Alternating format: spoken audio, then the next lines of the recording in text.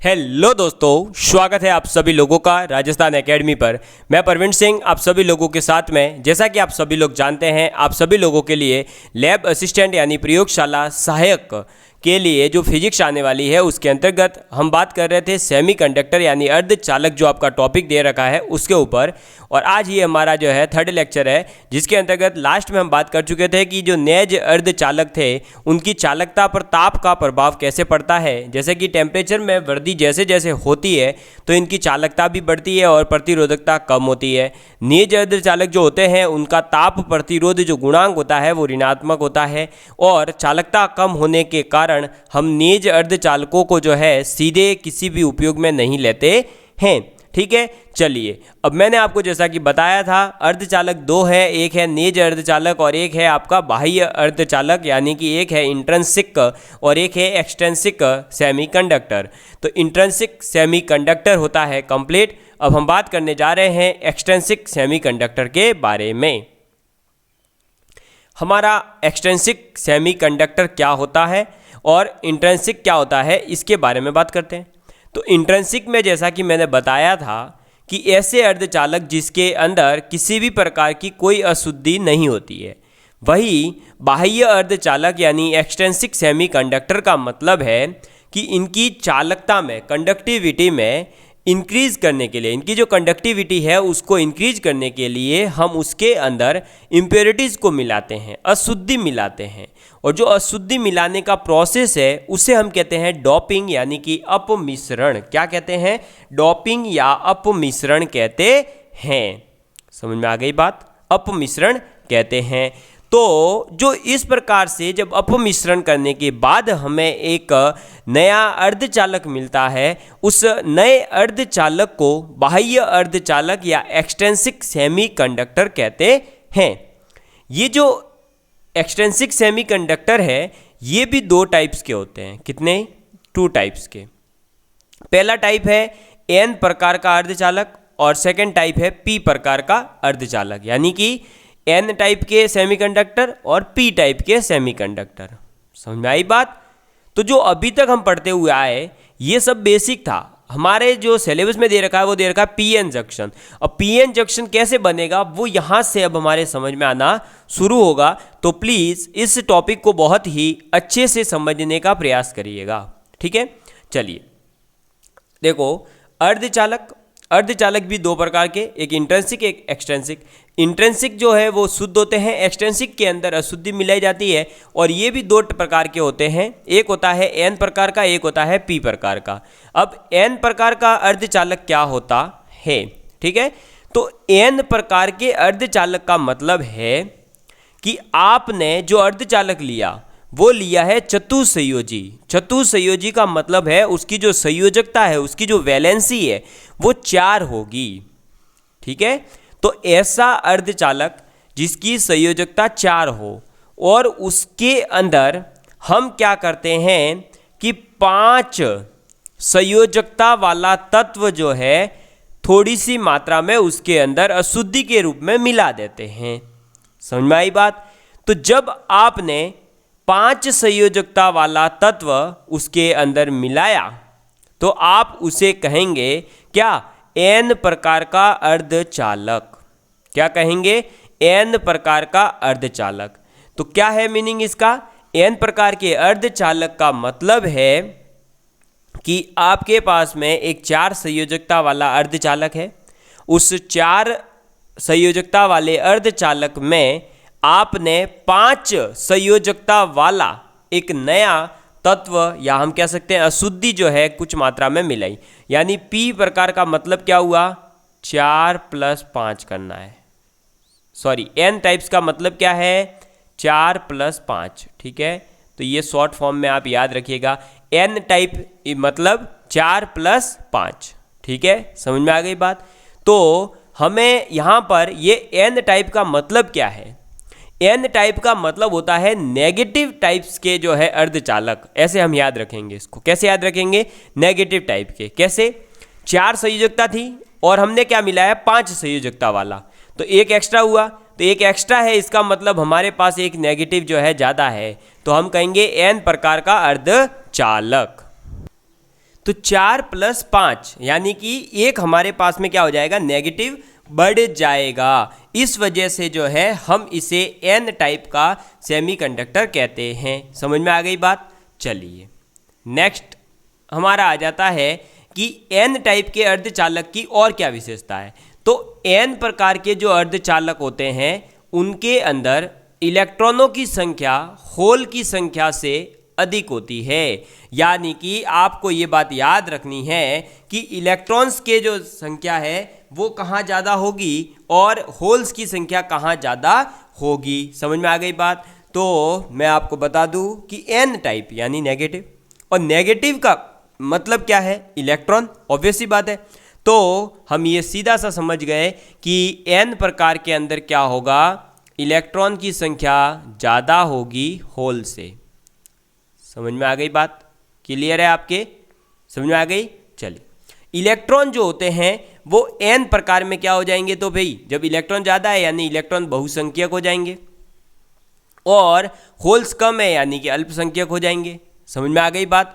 तो N type के semiconductor का मतलब है क्या दोस्तों, जब आप चतुसंयोजी अर्धचालक के अंदर एक पंच संयोजी या 5 संयोजकता वाला तत्व अल्प मात्रा में अशुद्धि के रूप में मिलाते हैं, तो जो नए प्रकार का अर्धचालक बनता है उस अर्धचालक को हम क्या कहते हैं, एन टाइप का अर्धचालक। एन टाइप के अर्धचालक के अंदर इलेक्ट्रॉनों की संख्या होगी ज़्यादा, होल्स की संख्या होगी कम। इलेक्ट्रॉन्स हो जाएंगे बहुसंख्यक वाहक और होल्स हो जाएंगे अल्पसंख्यक वाहक। यह आपसे सीधा क्वेश्चन पूछा जाता है कि एन टाइप में कौन होगा अल्पसंख्यक, कौन होगा बहुसंख्यक, क्योंकि इनसे ही आगे हमारा जो करंट की डायरेक्शन है वो डिसाइड होगी, करंट का अमाउंट डिसाइड होगा। इसी से हमें पता चलेगा कि ये पी टाइप का है, एन टाइप का है, ये फॉरवर्ड बाइजिंग है, ये रिवर्स बाइजिंग है। तो इसलिए इन छोटी छोटी चीज़ों को आप बहुत अच्छे से क्लियर करते हुए चलिएगा। जहाँ भी कुछ समझ में नहीं आए वीडियो को दूसरी बार देखना, तीसरी बार देखना, लेकिन मैं सही से बता रहा हूँ दोस्तों, इस टॉपिक को समझना जरूरी है, क्योंकि इसके जो 2-3 क्वेश्चन आएंगे वो नॉर्मली बच्चा नहीं कर सकता, क्योंकि उसको इस टॉपिक की गहन जो है विश्लेषण करने के बाद ही आप क्वेश्चन कर पाएंगे। इसलिए मैं चाहता हूं कि आप इसके एक एक पॉइंट को, एक एक लाइन को नोट डाउन जरूर करें। ठीक, चलिए अब पी प्रकार के अर्धचालक। पी प्रकार के अर्धचालक, भाई जैसे एन क्या मतलब था, नेगेटिव, तो पी का मतलब है पॉजिटिव। इसका मतलब यहाँ क्या होगा कि यहाँ पर भी जो नेज अर्धचालक है वो तो चतुसंयोजी ही रहेगा, यानी 4 संयोजकता वाला ही रहेगा। लेकिन इसके अंदर जो आप अशुद्धि मिलाते थे वो अशुद्धि कैसी होगी, त्रिसंयोजक होगी। यानी कि इसके अंदर हो जाएगा 3 + 4। क्या करोगे, 3 + 4 करोगे, और जब 3 + 4 किया जाता है तो हमें मिलता है पी टाइप। समझ में आ गई बात, क्लियर हो गया आपके। तो एन टाइप में होगा 4 + 5, पी टाइप में हो जाएगा 3 + 4। अब आप खुद ही समझ जाएंगे कि पी टाइप के अंदर क्या हो जाएगी, होल्स की संख्या हो जाएगी ज़्यादा और इलेक्ट्रॉन्स की संख्या हो जाएगी कम। तो ऑब्वियस सी बात है, होल्स हो जाएंगे बहुसंख्यक, इलेक्ट्रॉन्स हो जाएंगे अल्पसंख्यक। समझ में आ गई बात, क्लियर है। तो एन टाइप और पी टाइप के अर्धचालक क्या होते हैं और इसमें कौन अल्पसंख्यक होगा कौन बहुसंख्यक होगा, ये आपको समझ में आ चुका होगा। किसमें कौन सी अशुद्धि मिलाई जाएगी ये चीज़ भी क्लियर हो चुकी होगी। एन टाइप में हम मिलाएंगे पंच संयोजी, पी टाइप में मिलाएंगे त्रिसंयोजी। ठीक है, क्लियर है। चलिए आगे बढ़ते हैं। अब हमारे जो ये पीछे का ये, ठीक है, अब इसको इसमें इंक्लूड मत कर देना। ये इलेक्ट्रॉन अल्पसंख्यक हो जाएंगे पी टाइप में और होल्स हो जाएंगे बहुसंख्यक पी टाइप में। अब हमारी बनेगी क्या, पी एन संधि, यानी कि पी एन जंक्शन, जो आपके टॉपिक दे रखा है सिलेबस में। अगर आप देखोगे तो डायरेक्ट आपके ये टॉपिक दे रखा है। अभी तक जो आपने क्लास में देखा, आपने जो वीडियोस देखे उसके अंदर बेसिक समझाया है मैंने। वहाँ से क्वेश्चन कैसा बनेगा और उसको समझने के लिए, या हम ये कह सकते हैं कि अगर पीछे की चीज़ें समझ नहीं आई तो आगे कुछ समझ नहीं आता है। इसलिए तो आपको पीछे की क्लासेस को पूरा ध्यान से सुना होगा तो आगे बहुत ईजी होने वाला है अब सब कुछ। ठीक है, चलो पी एन संधि यानी पी एन जंक्शन के बारे में हम बात करने वाले हैं। तो पी एन जंक्शन क्या है, देखिए सबसे पहले तो कि जब एक पी प्रकार का अर्धचालक लेंगे और एक एन प्रकार का अर्धचालक लेंगे, इन दोनों को किस स्तर पर, परमाणुवीय स्तर पर यानी कि परमाणुओं के लेवल तक जाकर के इस प्रकार से जोड़ दिया जाता है कि इनकी जो संपर्क सतह है, यहाँ ये एक एक लाइन देखना, मैं बताऊंगा अभी यहाँ से क्वेश्चन कैसे बनता है। संपर्क सतह क्रिस्टल संरचना सतत बनी रहे, कंटिन्यूअस बनी रहे, तो यह संपर्क सतह पी एन संधि तथा इस प्रकार बनी युक्ति पी एन संधि डायोड कहलाती है। ठीक है, मतलब क्या है, एक आपके पास में पी टाइप का सेमीकंडक्टर है, एक आपने लिया एन टाइप का सेमीकंडक्टर, इन दोनों को इस प्रकार से आपने जोड़ा कि इनकी जो संपर्क सतह है वो कंटिन्यूअस बनी रहे। कंटिन्यूअस बनी रहे का मतलब क्या है सर, देखो भाई यहाँ डायग्राम में ये सपोज करिए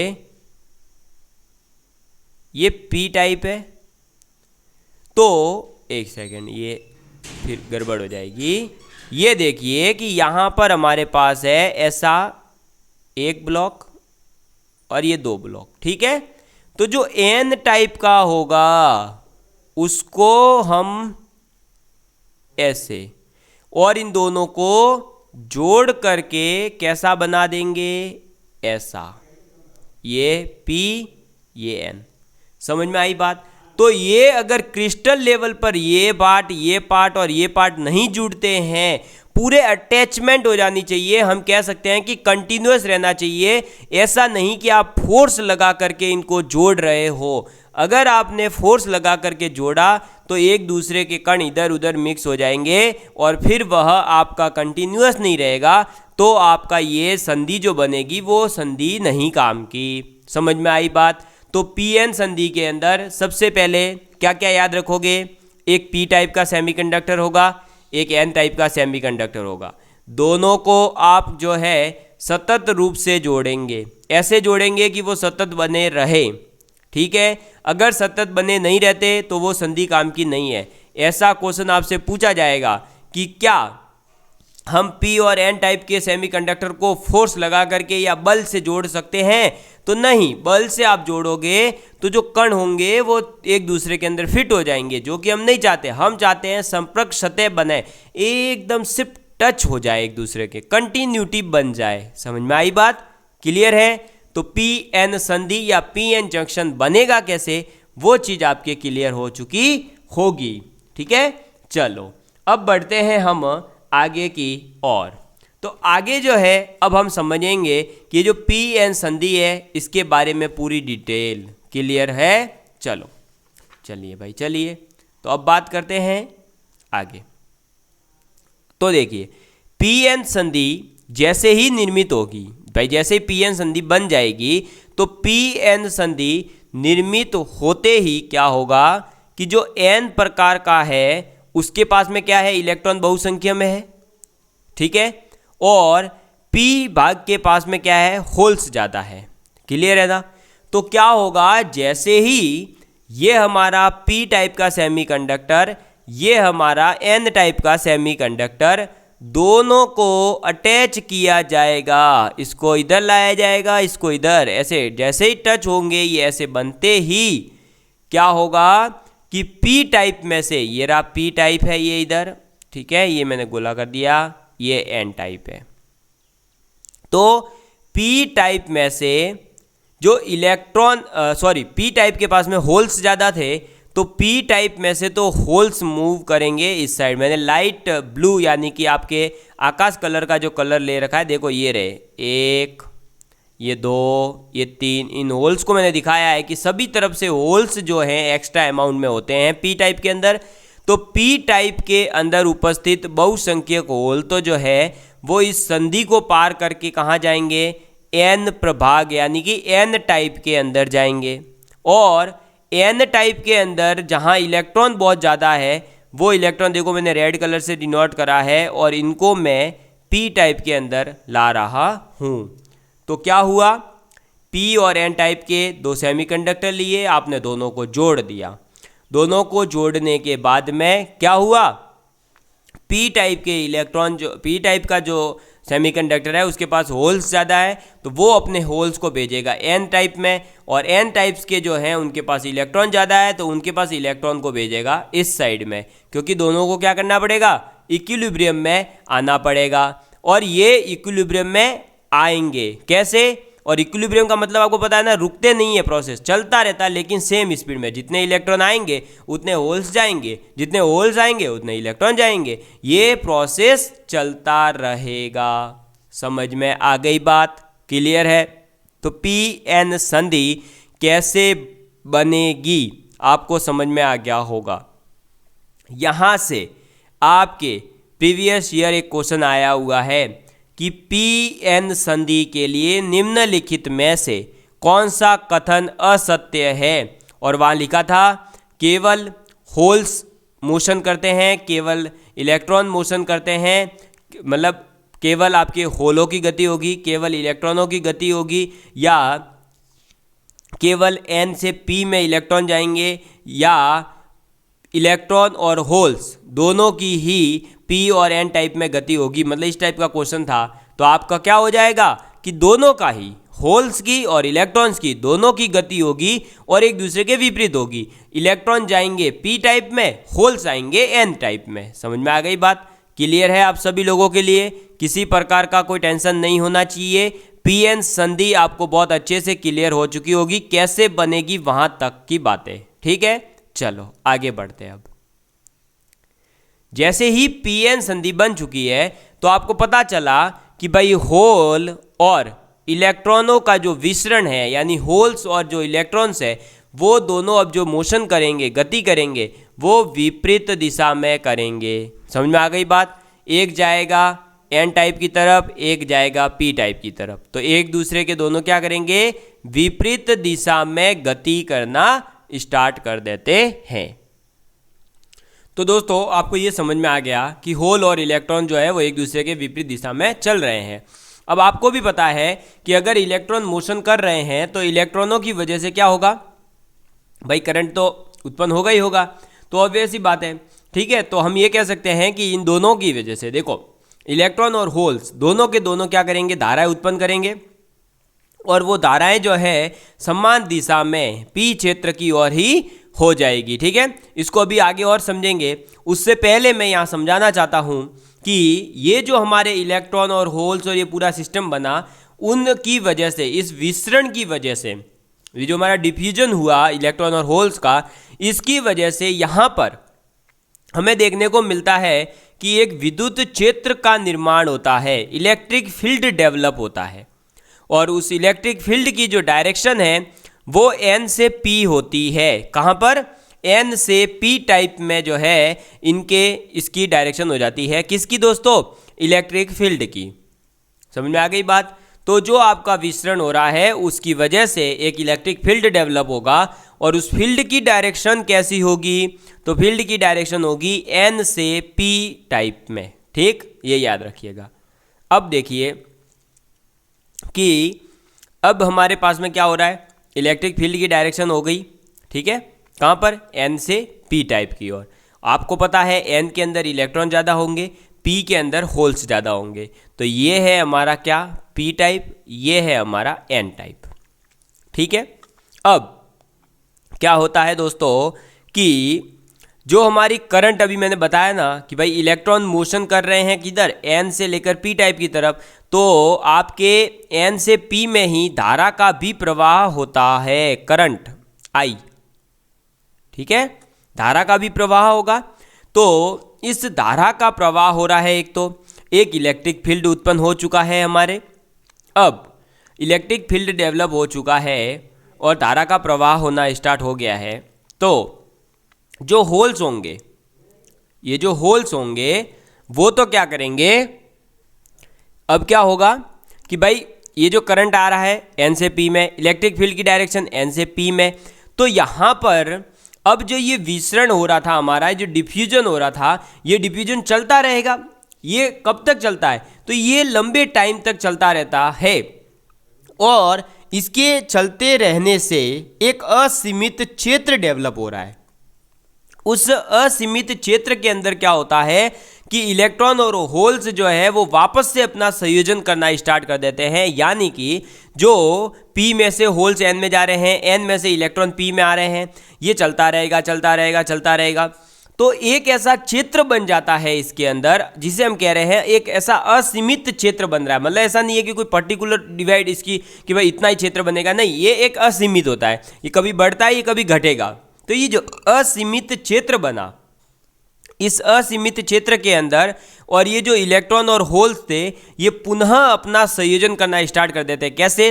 कि भाई इधर से इलेक्ट्रॉन इधर आए, इधर से होल इधर आए, तो इधर होके जा रहे हैं, तो इधर वापस से संयोजन होना स्टार्ट होता है। मतलब इसके इलेक्ट्रॉन इसको वापस, इसके होल्स इसको वापस, तो संयोजन होना स्टार्ट हो जाता है।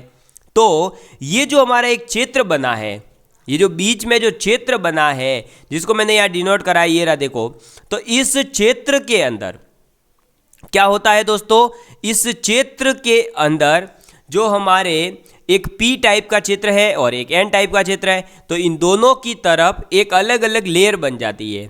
n टाइप की तरफ तो बन जाती है प्लस आयंस की एक लेयर n टाइप की तरफ, और p टाइप की तरफ जो है नेगेटिव यानी कि ऋणात्मक आयनों की एक परत बन जाती है। समझ में आई बात? तो ये याद रखना कि p टाइप के पास में होल्स ज़्यादा है, n टाइप के पास इलेक्ट्रॉन ज़्यादा है, तो p टाइप तो क्या हो जाएगा? पॉजिटिव, n टाइप हो जाएगा नेगेटिव। लेकिन यहाँ जो आयनों की परत बनेगी वो उल्टी बनेगी, नेगेटिव के पास में बनेगी पॉजिटिव आयनों की परत और पॉजिटिव यानी p टाइप के पास में बनेगी नेगेटिव आयनों की एक परत। ये जो परत बन चुकी है अब इस परत के अंदर क्या होगा? धीरे धीरे इलेक्ट्रॉन और होल्स की जो है कमी आएगी। तो इस परत का हमने नाम दिया डिप्लेशन लेयर। क्या नाम दिया? डिप्लेशन लेयर यानी अवक्षय परत। क्या नाम दे दिया? अवक्षय परत इसका नाम दिया गया है। और यहाँ पर इस अवक्षय परत के अंदर कोई आयन नहीं रहेगा, कोई भी आयन नहीं रहेगा। ये आप कहोगे पॉजिटिव नेगेटिव, इसके अंदर नहीं होते, ये इसकी बाउंड्री पे होते हैं, इसके अंदर कोई आयन नहीं रहेगा। इसलिए इस क्षेत्र को डिप्लेशन लेयर अवक्षय परत कहते हैं। समझ में आ गई बात? ठीक है। अब एक इलेक्ट्रिक फील्ड तो बाहर जो हमारा इलेक्ट्रॉन और होल्स का इधर उधर मोशन हो रहा था उस विसरण की वजह से डेवलप हुआ, वो तो है बाहरी इलेक्ट्रिक फील्ड। और एक क्या होता है दोस्तों कि हमारा जो ये अंदर ये डिप्लेशन लेयर है, यहाँ पर भी है पॉजिटिव और नेगेटिव आयन, तो इनकी वजह से भी यहाँ एक इलेक्ट्रिक फील्ड बनेगा। और वो इलेक्ट्रिक फील्ड कैसा होगा? अरे वो इलेक्ट्रिक फील्ड कैसा होगा? वो इलेक्ट्रिक फील्ड की दिशा हो जाएगी अब कैसी दोस्तों? तो इस पर ये जो हमारा इलेक्ट्रिक फील्ड है इधर, उसको हम कहेंगे इंटरनल इलेक्ट्रिक फील्ड। क्या कहेंगे? Internal electric field. और आपको भी पता है कि इलेक्ट्रिक फील्ड की डायरेक्शन क्या होगी? पॉजिटिव से नेगेटिव। क्लियर है? तो पॉजिटिव से नेगेटिव यानी कि बाहरी और आंतरिक इलेक्ट्रिक फील्ड की डायरेक्शन तो क्या है? सेम है। अब यहाँ पर क्या हो रहा था कि p टाइप से n टाइप में जाने वाले होल्स और n टाइप से p टाइप में आने वाले इलेक्ट्रॉन, इनका दोनों का ही अब क्या होगा? यहाँ पर इस इलेक्ट्रिक फील्ड की वजह से प्रतिकर्षण होना स्टार्ट हो जाएगा। और जब प्रतिकर्षण होगा तो हमारे जो करंट जा रहा था, जो विसरण धारा जा रही थी, उस विसरण धारा का भी अब क्या होगा? यहाँ पर विरोध होना स्टार्ट हो जाएगा। विरोध क्यों होगा? क्योंकि जो p टाइप में हमारे पास क्या है?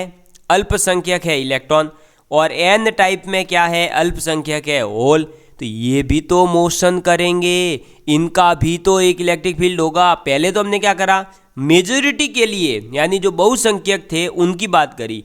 अब हम बात कर रहे हैं जो इनके अल्पसंख्यक है उनका भी तो मोशन होगा, उनकी वजह से भी तो एक विसरण उत्पन्न होगा और वो इसका क्या करेगा? विरोध करेगा। समझ में आ गई बात? अरे भाई, जो अल्पसंख्यक, पहले क्या था, बहुसंख्यक वाहक थे, उनकी वजह से धारा उत्पन्न हुई। अब एक अल्पसंख्यक की वजह से भी धारा उत्पन्न होगी। वो कैसे होगी? जहाँ पर n से p था, अब ये क्या हो जाएगी, पहले क्या था p से n, अब क्या हो जाएगा n से p की और डायरेक्शन में हो जाएगी। समझ में आ गई बात? क्लियर है? तो बहुसंख्यक धारावाहकों से जो उत्पन्न होने वाली विसरण धारा है और अल्पसंख्यक धारावाहकों से जो उत्पन्न होने वाली धाराएं हैं वो लगभग परिणाम में इक्वल ही होगी। ये बात भी आपको याद रखनी है कि अल्पसंख्यक हो चाहे बहुसंख्यक हो, दोनों के द्वारा जो उत्पन्न धारा है वो लगभग इक्वल ही होती है और एक दूसरे को क्या कर देती है, निरस्त कर देती है। इसी वजह से साम्य अवस्था यानी जब इक्विलिब्रियम में है पीएन संधि तो किसी भी प्रकार की धारा नहीं बहती है। तो आपसे अगर पूछा जाए पीएन संधि जब साम्य अवस्था में है तो करंट की दिशा क्या होगी, तो आप कहोगे किसी प्रकार की कोई धारा का यहाँ पर जो है बहाव नहीं होता है। फिर क्लियर है बात? तो और जो यहाँ अभी इलेक्ट्रिक फील्ड बना इसका अब नाम दे देंगे हम क्या, रोधिका विद्युत क्षेत्र। और इस रोधिका विद्युत क्षेत्र के कारण ये जो अवक्षय परत बनी थी, इस अवक्षय परत के बीच में क्या होगा, जब इलेक्ट्रिक फील्ड है और एक दो प्लेट, दो आयंस के बीच में डिस्टेंस है तो वहाँ पर एक विभव रोधिका और उत्पन्न हो जाती है। तो यहाँ क्या उत्पन्न हो जाएगा, इनकी सबकी डेफिनेशन आगे लिख रखी है, क्या उत्पन्न होगा यहाँ, विभव रोधिका यानी पोटेंशियल बैरियर। समझ में आ गई बात? क्लियर है आप लोगों के लिए? तो ये चीज़ें आपको यहाँ पर याद रखनी है, जितनी भी बताइए वो। ठीक है, देखो वापस से मैं बता देता हूँ। सबसे पहले जो हमारा इलेक्ट्रॉन और होल्स जो बहुसंख्यक थे उनके विसरण के कारण एक विद्युत क्षेत्र उत्पन्न हो रहा है जो बाहर की ओर होगा, डायरेक्शन उसकी हो गई n से p में। ठीक है, फिर अब जो माइनॉरिटी वाले थे वो भी अपना इलेक्ट्रॉन इधर भेजेंगे, होल्स इधर आएंगे, उनकी वजह से भी एक करंट उत्पन्न होता है। और एक मेजॉरिटी की वजह से, दोनों की डायरेक्शन होती है अपोजिट, वो एक दूसरे का करते हैं विरोध, एक दूसरे का विरोध करते हैं और दोनों का एक दूसरे के इक्वल अमाउंट होने की वजह से दोनों एक दूसरे को कर देंगे निरस्त। तो हम ये कह सकते हैं कि साम्य अवस्था में पीएन संधि में कोई धारा नहीं बहती है। क्लियर है? फिर जो मेजॉरिटी की वजह से इलेक्ट्रिक फील्ड था वो बाहर की साइड है और यहाँ पर जो अंदर एक पूरी परत बन जाती है धनायनों की इधर और ऋणायनों की इधर, उसके बीच में जो एक परत बनी, इस परत का नाम दिया हमने अवक्षय परत। इसमें कोई आयन नहीं रहता है। ठीक है, यहाँ जो भी आयन आता है वो जल्दी से अपना पुनः संयोजन करके निकल जाता है। क्लियर है? समझ में आ गई बात? अब देखिए, होल्स जो है वो पास आएंगे तो पी टाइप में जाएगा, यानी जैसे ही इस अवक्षय परत के पास में होल आया, सपोज करो क्या हुआ, ये जो अवक्षय परत है इसके पास में एक होल आ गया तो वो सीधा उस होल को कहाँ भेज देगा, पी टाइप में भेज देगा। मतलब ये अवक्षय परत का काम क्या है कि जहाँ जो रहता था उसको वहाँ भेजना। क्या काम का है अवक्षय परत का? जो जहाँ रहता था उसको वहाँ भेजना। पी टाइप के पास में कौन ज़्यादा थे? होल्स। तो होल्स आएगा तो सीधा होल्स को पी टाइप में भेज देगा। इलेक्ट्रॉन पास आएगा तो इलेक्ट्रॉन को भेज देगा एन टाइप में। ये दो चीज़ आपको याद रखनी है। ये सीधे यहाँ से थ्योरेटिकल क्वेश्चन ही बनेगा, न्यूमेरिकल कोई बनने वाला नहीं है। न्यूमेरिकल आगे मैंने बता दिया गेट में बनेगा या ट्रांजिस्टर में बनेगा, बाकी सब थ्योरी क्वेश्चन आएंगे इससे। ठीक है, तो आपको याद रखना है कि ये जो विद्युत क्षेत्र बना, इस विद्युत क्षेत्र या ये जो अवक्षय परत बनी, इसके दो काम है। क्या? होल्स को भेजना पी टाइप में, इलेक्ट्रॉन को भेजना एन टाइप में। समझ में आ गई बात? फिर भी किसी प्रकार का कोई डाउट है, वापस वीडियो को एक बार दो बार देखना, समझ में आ जाएगा। चलो अब आते हैं कुछ और बातों पे। जैसे देखो, विसरण धारा क्या थी, तो पी टाइप से लेकर एन टाइप की दिशा में अगर जो जा रही है वो कौन सी होगी? जो माइनॉरिटी की वजह से। भाई इधर माइनॉरिटी कौन थे? इलेक्ट्रॉन। तो इलेक्ट्रॉन कहाँ जाएंगे? होल्स की तरफ। ठीक है, तो ये याद रखना। तो विसरण धारा यानी डिफ्यूजन करंट की डायरेक्शन क्या होती है? P to N. ठीक। अपवाह धारा ड्रिफ्ट करंट, तो वो होता है एन से पी की दिशा में। ये दो चीजें याद हो गई। तो विसरण धारा और अपवाह धारा दोनों की दिशा क्या होती है? विपरीत। दोनों की दिशा विपरीत होती है। किसकी? देखो डिफ्यूजन करंट और ड्रिफ्ट करंट दोनों की डायरेक्शन अपोजिट होती है, एक इधर जा रहा है तो दूसरा इधर आएगा, लेकिन होते दोनों इक्वल में है। इसी वजह से साम्य अवस्था में किसी प्रकार का कोई करंट नहीं बहता है। विभव रोधिका क्या है? तो विद्युत क्षेत्र जो बना उसके कारण जो अवक्षय परत के P प्रभाग और N प्रभाव के मध्य जो उपस्थित विद्युत विभवांतर है उसको हम कह रहे हैं विभव रोधिका। ठीक है, ये प्रभाव नहीं है, प्रभाग है, कर देते हैं प्रभाग, यानी P टाइप और N साइड या, ठीक है। तो विद्युत क्षेत्र के कारण जो अवक्षय परत बनी उस अवक्षय परत जो P टाइप और N टाइप है उनके मध्य में जो विद्युत विभवांतर डेवलप होता है उसे हम कह रहे हैं विभव रोधिका। N प्रभाग यानी कि N टाइप P टाइप की तुलना में उच्च विभव पर होता है। ठीक है, तो मतलब ज़्यादा पोटेंशियल कहाँ होता है? N के पास में। N P का होगा लो पोटेंशियल पर LP पर और N हो जाएगा HP पर। ठीक है, समझ में आ गई बात? ये शॉर्ट इसका याद रखिएगा। एक पोटेंशियल और इसके बीच के दूरी के बीच में एक ग्राफ बनता है, ये ग्राफ आपको याद रखना है, यहाँ से क्वेश्चन पूछा गया है। ठीक है, तो क्वेश्चन आपको यहाँ से पूछा गया है, इसलिए ग्राफ याद रखिएगा कि डिप्लेशन लेयर से बाहर पहले क्या होगा? जीरो, फिर डिप्लेशन लेयर के अंदर विभवांतर होगा, उसके बाद में वापस पोटेंशियल क्या हो जाता है? कांस्टेंट, जिसे हम कहते हैं क्या? पोटेंशियल। ये इसके बारे में अभी हम आगे पढ़ने वाले हैं कि एक ब्रेकडाउन वोल्टेज वगैरह भी होते हैं। ठीक है, तो अभी ये ग्राफ केवल आपको याद रखना है, पहले होता है जीरो, फिर डिप्लेशन लेयर के अंदर एक वैल्यू होती है जो बढ़ता जाता, फिर बाद में जाकर के कांस्टेंट हो जाता है पोटेंशियल। ठीक है, क्लियर है? क्लियर है बात? अब ये जो आपका आप देखेंगे कि जैसे जैसे पोटेंशियल बढ़ेगा, देखो डिप्लेशन लेयर चौड़ी होती जाएगी, लेकिन एक लिमिट के बाद जब ये चौड़ा होना बंद हो जाएगी लिमिट, उसको हम कहेंगे फिर आगे जो है ब्रेकडाउन वगैरह, जो हमारे अभी आगे आने वाला है। ठीक है, इसके बारे में अभी हमें केवल इतना याद रखना है कि एक ग्राफ कैसा बन रहा है। तो ग्राफ कैसा बनेगा? सीधा, पहले जीरो, फिर ऊपर उठेगा, फिर वापस सीधा, ये जेड बना देना है। क्लियर है बात? समझ में आ गई बात? चलिए बढ़े आगे।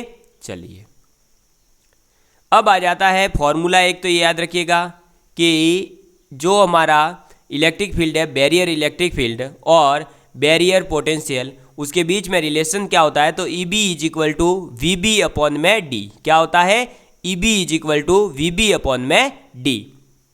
किसी भी PN संधि जो है हमारी, उनको परिपथ में अगर आप जोड़ रहे हो, सर्किट के अंदर जोड़ रहे हो, तो दो टाइप से जोड़ सकते हैं। कितने टाइप से? दो टाइप से जोड़ सकते हैं। फर्स्ट टाइप क्या है? तो जब आप P सिरे को N सिरे की तुलना में उच्च विभव पर रखते हैं, यानी कि P हाई पोटेंशियल पर और N लो पोटेंशियल पर, तो आप उसे कहते हैं फॉरवर्ड बाइजिंग, यानी कि अग्रदिशिक अभिनति। और दूसरा होता है N सिरा जब हाई वोल्टेज पर हो P के कंपैरिजन में, तो आप उसे कहते हैं रिवर्स बाइजिंग। समझ में आ गई बात? क्लियर है आप सभी लोगों के लिए? तो इसको आप याद रखेंगे कि रिवर्स बाइजिंग क्या है और फॉरवर्ड बाइजिंग कब होती है। तो फॉरवर्ड बाइजिंग कब होगी? जब P ज़्यादा पोटेंशियल पर है, और जब N ज़्यादा पोटेंशियल पर लाया तो रिवर्स बाइजिंग हो जाएगी। अब ये फॉरवर्ड बाइजिंग, रिवर्स बाइजिंग क्या होती है और इनके बारे में आगे पूरी जानकारी जो है हम अगली क्लास में पढ़ेंगे, क्योंकि बड़ी वीडियो डालने से मुझे नहीं लगता कि ज़्यादा आपको जो है प्रॉफिट हो रहा होगा। क्योंकि मैंने देखा लास्ट वीडियो 1 घंटे से ऊपर की थी, तो उसको किसी भी स्टूडेंट ने 10% से ऊपर देखा ही नहीं है। मतलब 1 घंटे की वीडियो लगभग 66 मिनट की थी, किसी ने भी 6 मिनट से ऊपर देखा ही नहीं। तो मैं चाहता हूं कि आप पूरी वीडियो देखें, तभी आपको प्रॉपर नॉलेज मिलेगा, अन्यथा फिर कोई बेनिफिट नहीं होने वाला है। ठीक है, तो अब हम फॉरवर्ड बाइजिंग, रिवर्स बाइजिंग के बारे में अगली क्लास में पढ़ेंगे। तब तक के लिए बाय बाय। और अब से जो है आपकी क्लासें पूरी कोशिश है रेगुलर रहेगी, बस आप लोगों को जो है अब ज़्यादा से ज़्यादा शेयर करने की ज़रूरत है। आप मोटिवेट करते रहिए तो मुझे भी मोटिवेशन मिलता है, वरना फिर क्या होता है वापस से वही डीमोटिवेट होते हैं और फिर क्लासें बंद हो जाती है, फिर कुछ ना कुछ काम भी आ जाते हैं, वो सब चीज़ें अटक जाती है। इसलिए मैं आपसे अनुरोध करूँगा कि ज़्यादा से ज़्यादा क्लास को शेयर ज़रूर करें। धन्यवाद।